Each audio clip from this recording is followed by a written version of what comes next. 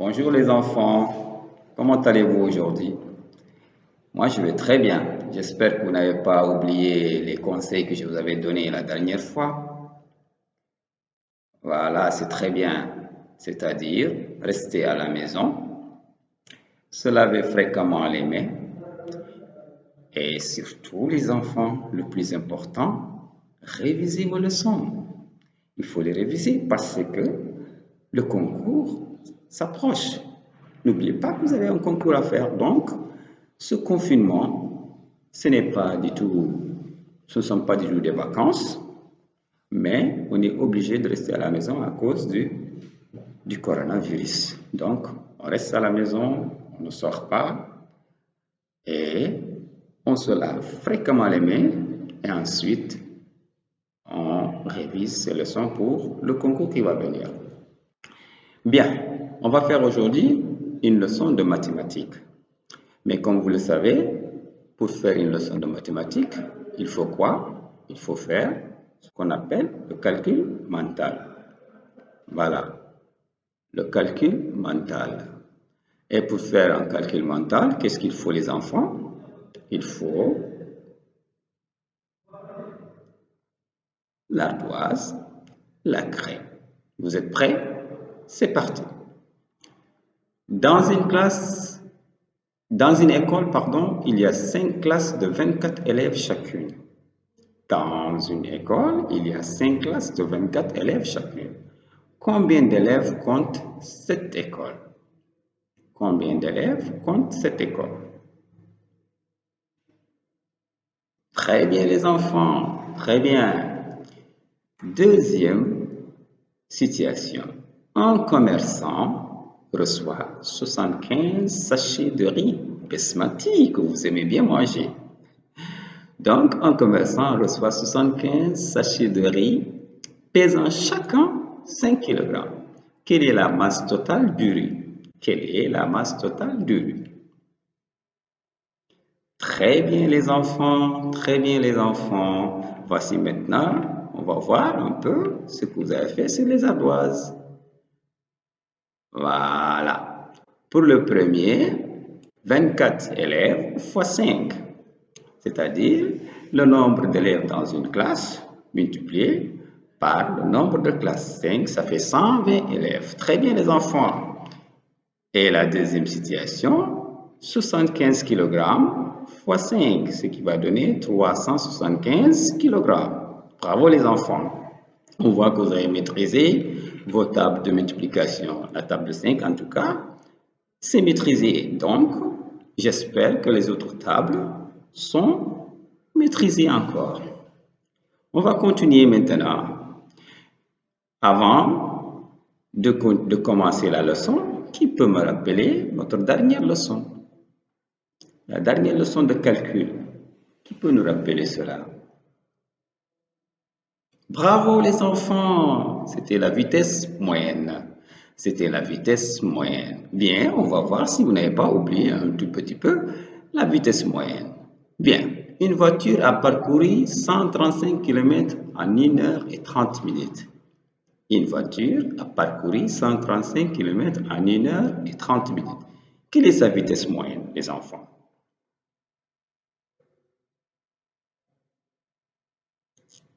Très bien, très bien. Comment vous avez fait? Voilà, donc on rappelle d'abord vitesse. Quand le temps, c'est-à-dire la durée en heure et en minutes, il faut la convertir en minutes. Et dans ce cas, on prend la distance parcourue, on multiplie par 60 et on divise par le temps en minutes. Voilà, donc ça va donner 1 heure 30 minutes égale à 60 minutes plus 30 minutes qui est égal à 90 minutes. Donc sa vitesse moyenne est 135 qui est la distance. On va multiplier par 60 et on divise par le temps 90. Donc sa vitesse moyenne est de 90 km à l'heure. Très bien les enfants. On continue.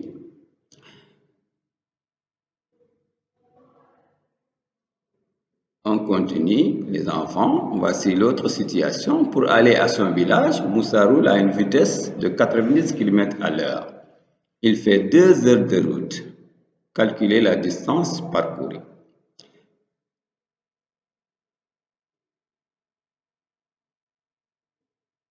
La situation. Aujourd'hui, nous allons voir la distance parcourue. Excusez-moi un peu. Aujourd'hui, c'est notre nouvelle leçon, c'est comment calculer la distance. Il est important aussi de savoir comment on calcule la distance parcourue. Bien, voici la situation. Pour aller à son village, Moussa roule à une vitesse de 90 km à l'heure. Il fait 2 heures de route. Calculez la distance parcourue. Pour aller à son village, Moussa roule à une vitesse moyenne de 90 km par heure. Il a fait 2 heures de route. Calculez la distance parcourue. Les enfants, que représentent 90 km? Bravo, bravo. Et que représente 2 heures? Bravo. Donc, voici la réponse.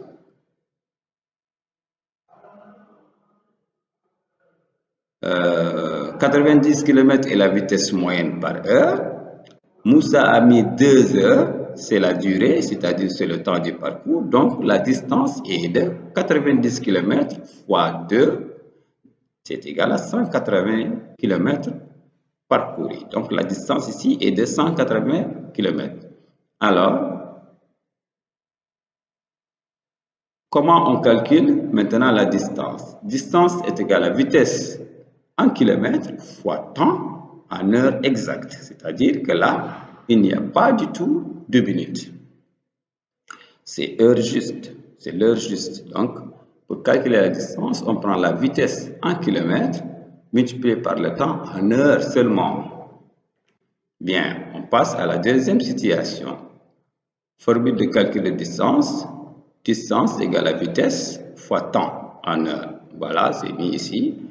D, c'est distance, égale à V, vitesse en kilomètres, fois T, temps en heure ou durée, comme vous voulez. Continuons maintenant.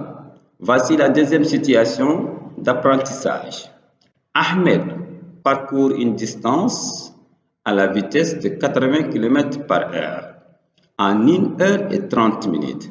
Quelle est cette distance? C'est-à-dire que Ahmed, avec sa voiture, il a fait 1 heure 30 minutes pour parcourir une distance. Sa vitesse est de 80 km à l'heure. Quelle est cette distance qu'il a parcourue? Combien de kilomètres il a fait? Très bien les enfants. Que représente 80 km à l'heure? C'est la vitesse. Que représente 1 heure 30? C'est le temps mis. C'est le temps du parcours ou la durée du parcours. Là, qu'est-ce que vous remarquez ici les enfants? Le temps ici. Qu'est-ce qu'on remarque? Très bien, le temps n'est pas en heure exacte. Le temps ici est en heure et en minutes. Dans cette condition, qu'est-ce qu'on fait? Eh bien, le temps ici est exprimé en heure et en minutes. Il faut donc convertir le temps en minutes, puis on divise par 60. Voilà. Là, il faut convertir le temps en minutes, puis on divise par 60. Donc, 1 heure 30 minutes égale à 90 minutes. Donc, distance est égale à 90 minutes, non, 80 km, pardon, multiplié par 90 et le tout divisé par 60. Donc, 80, c'est la vitesse, 90, c'est le temps, et on divise par 60. Donc, la formule est distance est égale à vitesse en kilomètres fois temps en minutes divisé par 60. Ça, c'est quand le temps est en heures et en minutes. Bravo les enfants. Il faut bien retenir cette formule. On va revenir sur ça après. Qu'avez-vous retenu maintenant de la leçon? Voilà, la leçon, qu'est-ce que vous avez retenu? Très bien les enfants, très bien les enfants. Voilà, on a retenu, donc vous avez retenu que pour calculer la distance parcourue, quand la durée du parcours est exprimée en nombre exact d'heures, c'est-à-dire en heures justes, il n'y a pas de minutes, on multiplie la vitesse par le nombre d'heures, c'est tout. Donc, distance égale à vitesse en km fois temps en heure, juste. Mais, deuxièmement, pour calculer la distance, quand le temps mis est exprimé en heures et en minutes, alors là, il faut d'abord convertir ce temps en minutes. Ensuite, on multiplie la vitesse par le temps en minutes et on divise par 60. Voilà, donc D, distance, est égal à vitesse fois temps en minutes, le tout divisé par 60. Exactement. Donc, on rappelle que la première fois, la durée, c'est-à-dire le temps, est en heure exacte. Donc, qu'est-ce qu'on fait? Vitesse fois temps. Distance égale à vitesse fois temps. Quand le temps est en heure. Mais quand le temps est en heure et en minutes, on convertit l'heure d'abord en minutes, puis on prend la vitesse, on multiplie par le temps en minutes et on divise le tout par 60. Très bien. Maintenant, on va s'exercer un peu. Vous êtes prêts les enfants? On y va. Voici un exercice. On va essayer de compléter le tableau. On a ici les vitesses, on a les durées, il faut calculer la distance. Donc, une voiture a parcouru 90 km en 2 heures et 10 minutes. Quelle est la distance parcourue? Voilà. Vous avez aussi encore une vitesse de 75 km à l'heure en 30 minutes. Quelle est la distance parcourue? Là, nous avons une vitesse de 120 km à l'heure en 3 heures et 20 minutes. Quelle est la distance parcourue? Et ici, ça doit être un marcheur. Il a marché pendant 1 heure 30 minutes à la vitesse moyenne de 4,5 km à l'heure. Quelle serait donc la distance parcourue? Allez, donnez-moi vos réponses les enfants.